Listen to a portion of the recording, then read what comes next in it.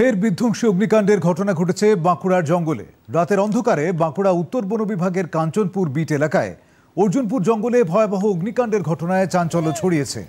আগুন লাগার বিষয় নজরে আসতেই তপ্তর বন দপ্তর ও দমকল ঘটনাস্থলে পৌঁছেছেন। বন বিভাগের আধিকারিকরা বসন্তের পাতাঝরা মরশুমে জঙ্গলে এই ধরনের আগুন লাগানোর প্রবণতা বাড়ছে। সচেতনতামূলক প্রচারও সেভাবে কাজে আসেনি। এই ঘটনায় প্রকৃতির ভারসাম্য নষ্ট হয়ে যাচ্ছে বলে অনেকেই মনে করছেন।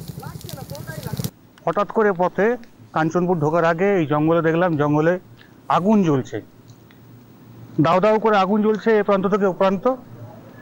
এই আগুন তো দেখে মনে হচ্ছে কেউ লাগিয়েছে। এটা প্রায়শই ঘটছে বিভিন্ন জঙ্গলে, ঘটেই থাকে, দেখতে পাই আমরা। আজকে নিজের চোখে আরেকবার দেখলাম, খুব খারাপ লাগছে।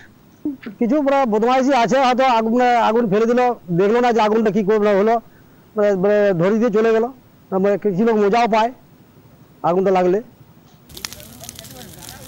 বাঁকুড়া উত্তর বিভাগের ডিএফও উমর ইমাম বলেছেন, বৃষ্টি না হওয়ায় গত 10-15 দিন জঙ্গলে আগুন লাগার ঘটনা বড় সমস্যা হয়ে দেখা দিয়েছে।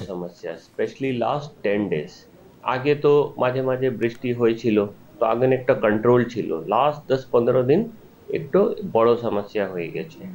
তো আমাদের থেকে সচেতনা চলছে, প্রত্যেক দিনই মাইকিং চলছে। যে জেএফএমসি আছে, অনেকগুলো জেএফএমসি স্কুল ছাত্রছাত্রী সব খুব সচেতনা লেভেল একটা হাই আছে।